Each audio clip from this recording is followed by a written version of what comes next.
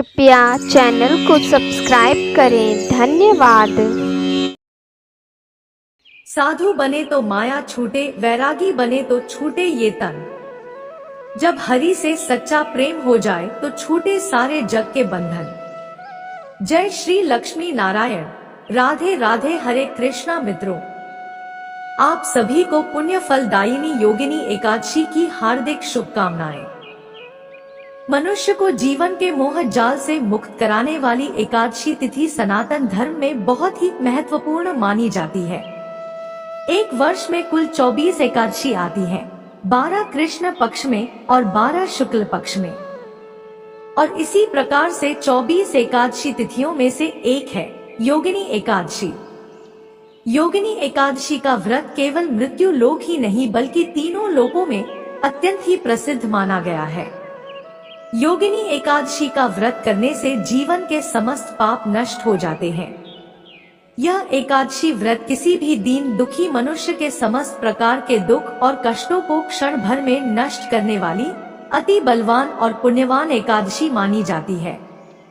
हमारे पुराणों में भी यह वर्णित है कि इस एकादशी का व्रत को करने वाले व्यक्ति को जीवन में सदा ही सुख, समृद्धि और आनंद की प्राप्ति होती है।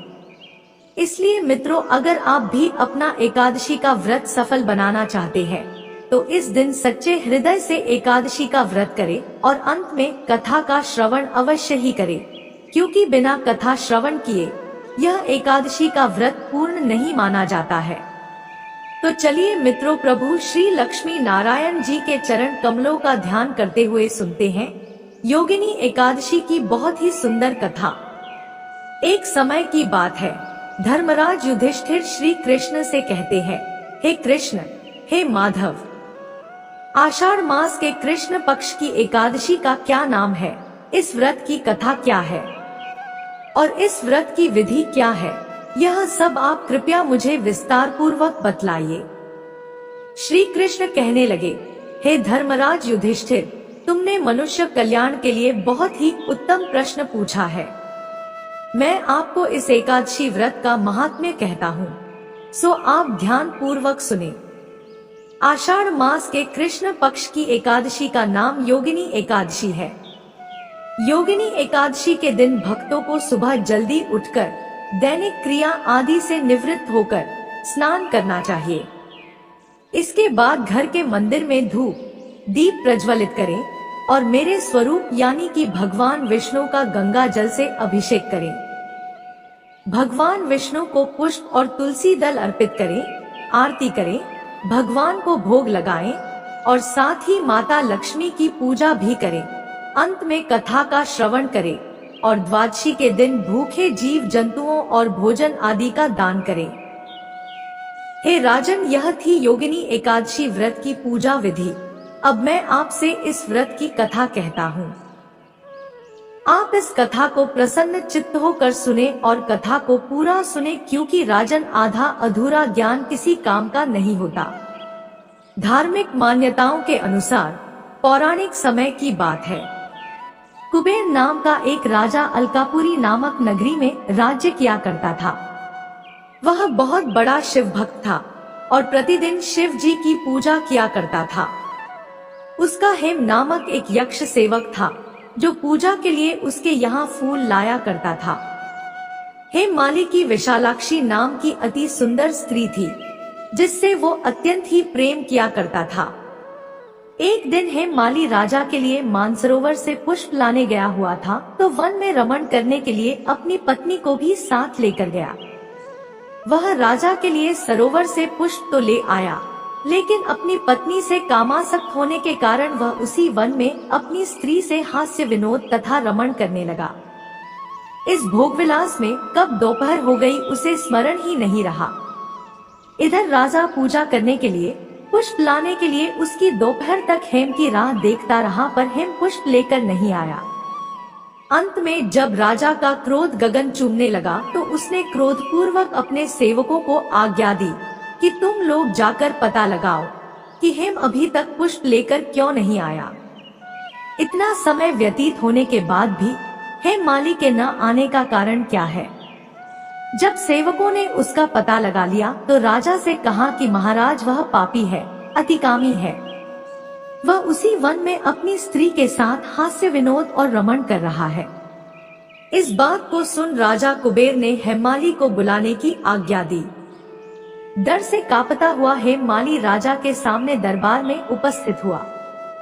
उसे देखकर कुबेर को अत्यंत ही क्रोध आ रहा था और क्रोध के कारण उसके होंठ फड़फड़ाने लगे। राजा ने हेम से कहा, अरे अधम, कामी, नीच, तूने मेरे परम पूजनीय देवों के भी देव भगवान शिवजी का अपमान किया है। मैं तुझे श्राप देता हूँ कि जिस स्त्री से कामाशक्त होकर तूने आज ऐसा नीच कृत्य किया है, तू उसी स्त्री के वियोग में तड़पेगा और मृत्युलोक में जाकर कोढ़ी का जीवन व्यतीत करेगा। कुबेर की शिव भक्ति के कारण उसके श्राप से हेममाली का स्वर्ग से पतन हो गया और वह उसी क्षण पृथ्वी पर आकर गिर गया। भूतल पर आते ही उसके शरीर में श्वेत कोढ़ हो गया। उसकी स्त्री भी उसी समय अंतर्ध्यान हो गई। मृत्युलोक में आकर माली ने बहुत अधिक दुख और कष्ट भोगने शुरू कर दिए। कोढ़ होने के कारण कोई उसे भोजन नहीं देता, जिस कारण वह भयानक जंगल में जाकर बिना अन्न और जल के भटकता रहता था। भले ही हेममाली को इतना कष्ट मिल रहा था, किंतु शिव की कृपा से उसकी बुद्धि मलिन नहीं हुई थी और उसे पूर्व जन्म की भी सुध रही।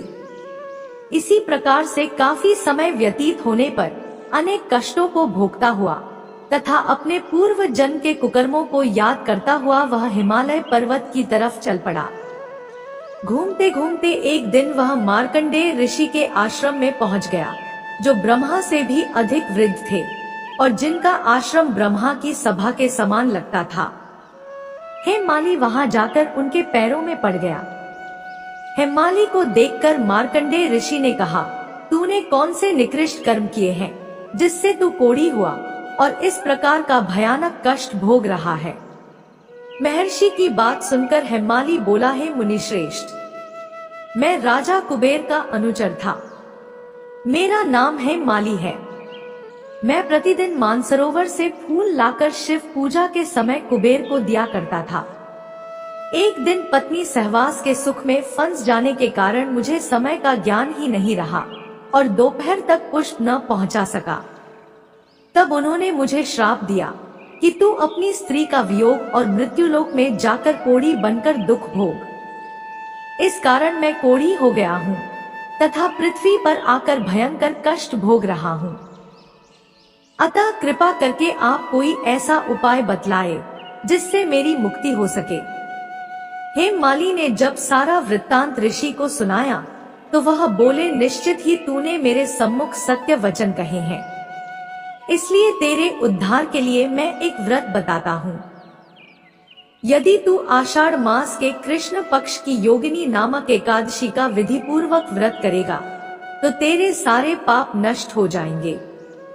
यह सुनकर हेममाली ने अत्यंत प्रसन्न होकर मुनि को साष्टांग प्रणाम किया। मुनि ने उसे स्नेह के साथ उठाया और कहा, है वत्स, धरती लोक पर मनुष्यों के सभी प्रकार के घोर कष्ट निवारण का मात्र यही एक उपाय है, वो है योगिनी एकादशी का अत्यंत ही पुण्य फलदायी व्रत। अगर तुम भी सच्चे हृदय से इस व्रत को नियम पूर्वक करोगे तो श्री हरि विष्णु तुम्हारे ऊपर अवश्य ही प्रसन्न होंगे। हेममाली बोला, है मुनि, में मूर्ख अज्ञानी इस व्रत और इसके पूजन के बारे में कुछ भी नहीं जानता, कृपा करके आप मुझे बताएं। मार्कंडेय ऋषि ने हेममाली को पूरी पूजा विधि बताई। हेममाली ने मुनि के कथानुसार विधि पूर्वक योगिनी एकादशी का व्रत किया। इस व्रत के प्रभाव से वह अपने पुराने स्वरूप में आकर वह अपनी स्त्री के साथ सुखपूर्वक रहने लगा। भगवान श्री कृष्ण ने कहा, हे राजन, इस योगिनी एकादशी का व्रत और इसकी कथा के फल से जातक को 88,000 ब्राह्मणों को भोजन कराने के समान पुण्य फल मिलता है। साथ ही माँ लक्ष्मी की कृपा से उनके घर में सदा ही खुशहाली, धन संपत्ति आती है। इसके व्रत से धरती लोक में किए गए सभी पाप नष्ट हो जाते हैं और अंत में मोक्ष प्राप्त करके प्राणी स्वर्ग का अधिकारी बनता है। यह थी अत श्री योगिनी एकादशी व्रत की कथा। तो बोलिए मित्रों, श्रीमन नारायण नारायण हरि हरि, श्रीमन नारायण नारायण हरि हरि। एकादशी माता की जय, ग्यारस माता की जय। जय जय श्री राधे रमण। अब चलिए प्रभु लक्ष्मी नारायण जी के चरण कमलों का ध्यान करते हुए योगिनी एकादशी पर सुनते हैं। एकादशी माता या ग्यारस माता की कथा प्राचीन समय की बात है। एक राज्य में एक महान राजा रहा करते थे। राजा बहुत ही बुद्धिमान और बलशाली थे। राजा सदैव अपनी प्रजा का बहुत अच्छे से ध्यान रखते थे। प्रजा भी अपने राजा को बहुत पसंद करती थी। राजा की 2 बेटियां थीं। राजा अपनी दोनों बेटियों से बहुत प्रेम करते थे। राजा की छोटी बेटी देखने में बहुत सुंदर और आकर्षक थी और राजा की बड़ी बेटी छोटी बेटी के मुकाबले थोड़ा कम सुंदर थी। राजा की छोटी बेटी ग्यारस माता की पूजा किया करती थी। सभी लोग राजा की छोटी बेटी से बहुत प्रेम करते थे और बहुत प्रशंसा किया करते थे। राजा भी अपनी छोटी बेटी को बड़ी बेटी से अधिक प्रेम करता था, जिस कारण राजा की बड़ी बेटी को अपनी छोटी बहन से बहुत नफरत होने लगी थी। राजा की दोनों बेटियां जब बड़ी हो गई, तब एक पड़ोसी राज्य में रहने वाला राजकुमार राजा की बड़ी बेटी के लिए रिश्ता लेकर आया। लेकिन जैसे ही उस राजकुमार की नजर राजा की छोटी बेटी पर पड़ी, तो वह राजकुमार राजा की छोटी बेटी पर मोहित हो गया और उससे पहली नजर में प्रेम कर बैठा। उस राजकुमार ने राजा की बड़ी बेटी के साथ विवाह करने से मना कर दिया और उसने राजा से कहा कि मैं आपकी छोटी बेटी से विवाह करना चाहता हूँ। जिसके बाद राजा की बड़ी बेटी यह देखकर अपनी छोटी बहन से बहुत क्रोधित हो गई और राजा की बड़ी बेटी ने अपनी छोटी बहन को अपना सबसे बड़ा दुश्मन मान लिया।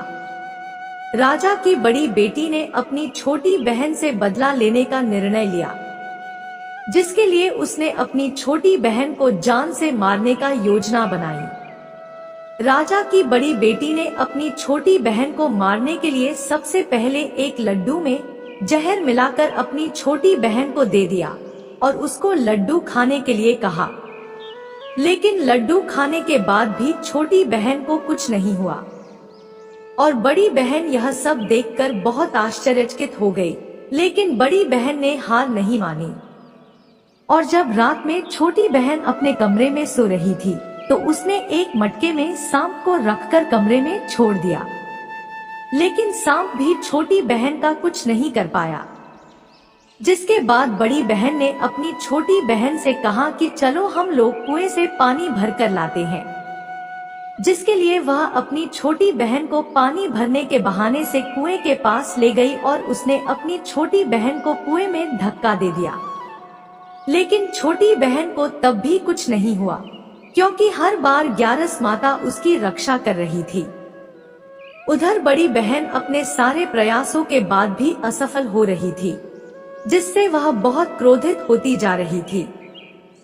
फिर उसने अपनी छोटी बहन के पास जाकर उससे खुद ही पूछा कि मेरी प्यारी बहन, तुमको पता है भगवान ने सबकी मृत्यु एक निश्चित समय पर लिखी हुई है, पर बहन क्या तुमको पता है कि तुम्हारी मृत्यु कैसे होगी? क्या यह तुम जानती हो? तब छोटी बहन ने अपनी बड़ी बहन को बताया कि हाँ दीदी, मैं तो जानती हूँ मेरी मृत्यु कैसे होगी। छोटी बहन से यह सुनकर बड़ी बहन मन ही मन बहुत प्रसन्न होने लगी और उसने अपनी छोटी बहन से कहा कि बहन, मुझे तुम अपनी मृत्यु का राज तो बताओ। छोटी बहन के मन में कोई छल पाप नहीं था। उसने अपनी बड़ी बहन से कहा कि दीदी, मेरी मृत्यु, मेरे प्राण तो एक तोते में है। जो तोते के गले में एक हार है, उससे मेरी मृत्यु होगी। जब तक कोई भी व्यक्ति तोते को मारकर वहां हार अपने गले में पहन लेगा, मैं मूर्छित हो जाऊंगी और जैसे ही उस हार को अपने गले से उतारेगा तो मैं वापस से जीवित हो जाऊंगी। अपनी छोटी बहन की मृत्यु का राज जानकर बड़ी बहन बहुत ही खुश हो गई और उसने अपनी छोटी बहन को मारने के लिए उसके पालतू तोते को ढूंढना शुरू कर दिया। छोटी बहन को इस बात का आभास हो गया था कि कोई उसकी जान लेना चाहता है। जिसके लिए वह अपने पिताजी के पास गई और उसने अपने पिताजी से कहा कि पिताजी, मेरी मृत्यु के बाद मुझे जलाइएगा मत, बल्कि आप मुझे अपनी पुरानी वाली हवेली में एक पलंग में लिटाकर छोड़ दीजिएगा। अपनी छोटी लड़की की यह बात सुनकर राजा बहुत आश्चर्यचकित हो गए। राजा ने अपनी छोटी बेटी से पूछा, बेटी तुम यह सब क्या कह रही हो? तब राजा की छोटी बेटी ने कहा, पिताजी, समय किसी के लिए नहीं रुका है, किसे कब क्या हो जाए किसी को कुछ पता नहीं है। और फिर राजा ने अपनी छोटी बेटी से कहा कि तुम ऐसी बातें क्यों कर रही हो? 2-3 दिन में तो तुम्हारा विवाह है। लेकिन छोटी बेटी ने अपने पिताजी को ऐसा करने पर मजबूर कर दिया और उनसे वचन ले लिया। राजा ने भी अपनी छोटी बेटी की बात स्वीकार कर ली और 2-3 दिनों के बाद जब शादी का समय आया तब राजकुमार बारात लेकर राजा के घर पर आया और राजकुमार और राजा की छोटी बेटी का विवाह शुरू हो गया। जैसे ही राजा की छोटी बेटी राजकुमार के साथ फेरे लेना शुरू करती है तो उसकी बड़ी बहन अपनी छोटी बहन के कमरे में जाकर उसके तोते को पकड़ लेती है और उसको जान से मार देती है और तोते की गले में जो था उसको अपने गले में धारण कर लेती है। जैसे ही बड़ी बहन उस हार को अपने गले में धारण करती है तो उधर छोटी बहन 3.5 ही फेरे ले पाती है और वहीं पर बेहोश होकर गिर जाती है। जिसके बाद राजा ने बड़े बड़े दर्द हकीमों को बुलवाया और अपनी छोटी बेटी का इलाज करने के लिए कहा। राजा की बात सुनकर वैद्य ने छोटी बेटी को जब जांच किया तो राजा को बताया कि आपकी छोटी बेटी ना तो जीवित है और न ही मरी हुई है। मैं ऐसा पहली बार देख रहा हूँ। राजा ने वैद्य और हकीम को यह बात बाहर बताने से मना कर दिया और उनको कहा कि अगर तुमने यह बात किसी को बाहर बताई तो हम तुम्हें फांसी दे देंगे। राजा ने अपनी छोटी बेटी को पुराने महल में जाकर एक पलंग पर लेटा दिया और वहां पर कुछ सैनिकों को तैनात कर दिया और वापस अपने महल पर आ गया। राजा की बड़ी बेटी अपने पिताजी के पास आई और कहने लगी कि पिताजी, अगर यह शादी संपन्न नहीं हुई तो आपकी इज्जत का क्या होगा? आप कहें तो मैं आपकी इज्जत बचाने के लिए राजकुमार से शादी करने के लिए तैयार हूँ। जिसके बाद राजा ने अपनी बड़ी बेटी की बात मान ली और राजा ने बड़ी बेटी को छोटी बेटी के कपड़े पहनाकर मंडप पर भेज दिया। लेकिन राजकुमार यह जान गया कि यह राजा की छोटी बेटी नहीं है बल्कि यह राजा की बड़ी बेटी है। लेकिन जब राजकुमार ने शादी करने से मना किया तो सभी लोगों ने राजकुमार को विवश करके राजा की बड़ी बेटी से बचे हुए फेरों को संपन्न करा दिया और विवाह करवा दिया। जिसके बाद राजकुमार राजा की बड़ी बेटी को अपने महल ले गया। राजकुमार राजा की बड़ी बेटी से ना तो बात करता था, ना ही उसको पसंद करता था और न ही उसके आसपास भटकता था। अब राजकुमार ने यह फैसला लिया था कि वह अपनी प्रेमिका को ढूंढ कर रहेगा और यह जानकर रहेगा कि उसके साथ हुआ क्या है। एक दिन राजकुमार अपने घोड़े पर सवार होकर राजा के पुराने महल के पास पहुंच गया, जहां पर उसने कुछ सैनिकों को देखा। महल के पास पहुंचकर राजकुमार ने जब महल को ध्यान से देखा तो वह समझ गया कि यह तो हमारे ससुर जी का ही महल है। तब राजकुमार ने सैनिकों से पूछा, तुम लोग यहाँ क्या कर रहे हो और इस महल के अंदर उस पलंग में कौन लेटा हुआ है? जिसके बाद सैनिकों ने बताया कि यहाँ पर राजा की छोटी बेटी बहुत समय से सोई हुई है। यह सब सुनकर राजकुमार बहुत प्रसन्न हो गया और वह तुरंत अपनी प्रेमिका के पास पहुंच गया और उसकी सेवा करने लगा। जैसे ही रात हुई तो राजा की छोटी बेटी उठकर खड़ी हो गई। राजकुमार यह देखकर बहुत खुश हो गया। उसने अपनी प्रेमिका से पूछा कि तुम यहाँ क्या कर रही हो? तुम मेरे साथ मेरे घर चलो। राजा की छोटी बेटी ने राजकुमार को सारी बातें बता दी कि मेरी जान एक तोते में बसी थी और मैंने यह बात सिर्फ अपनी बड़ी बहन को बताई थी और मुझे पता है कि उसने ही मुझे मारने का प्रयास किया है। उसके पास एक हार है जिसको वह सुबह पहन लेती है और रात को उतार देती है। जब तक वह हार को पहन कर रहती है तब तक मैं मूर्छित रहती हूँ और जैसे ही वह इस हार को उतार देती है तो मैं जीवित हो जाती हूँ। वो कहती है, जब तक मेरी बड़ी बहन के पास वह हार है तब तक मैं ऐसे ही जीवित और मूर्छित होती रहूंगी। अगर मेरी बड़ी बहन के पास जो हार है वह मेरे हाथ में लग जाए तो मैं हमेशा के लिए जीवित हो जाऊंगी। राजकुमार ने यह बात सुनकर राजा की छोटी बेटी के पास रहने का निर्णय ले लिया और उसने अपने बचे हुए सारे फेरे उस पलंग में लेटी राजा की छोटी बेटी के साथ ले लिए और अपना विवाह पूर्ण कर लिया और वहीं पर ही रहने लगा।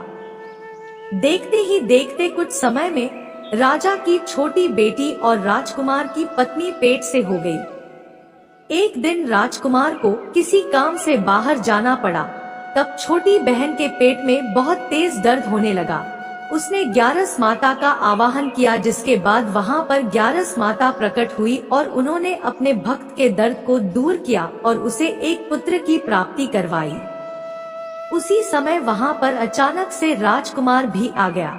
राजकुमार ने ग्यारस माता को देखा तो वह आश्चर्यचकित हो गया और उसने तुरंत माता को प्रणाम किया और ग्यारस माता ने राजकुमार से कहा कि जब तुम्हारा पुत्र 5 वर्ष का हो जाए तो तुम अपनी पत्नी का हार लाकर इसके गले में डाल देना। और देखते ही देखते राजकुमार और राजा की छोटी बेटी का पुत्र 5 वर्ष का हो जाता है। तो राजकुमार अपने बेटे से कहता है कि बेटा, मैं कुछ काम से बाहर जा रहा हूँ, तुम अपनी माता का ध्यान रखना, और वहाँ से चला जाता है।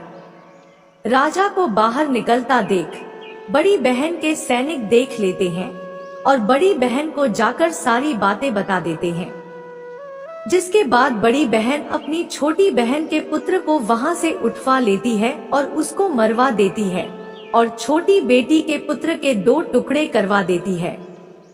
पहला टुकड़ा चक्की के पास छुपा देती है और दूसरा टुकड़ा अपनी पलंग के नीचे रख लेती है।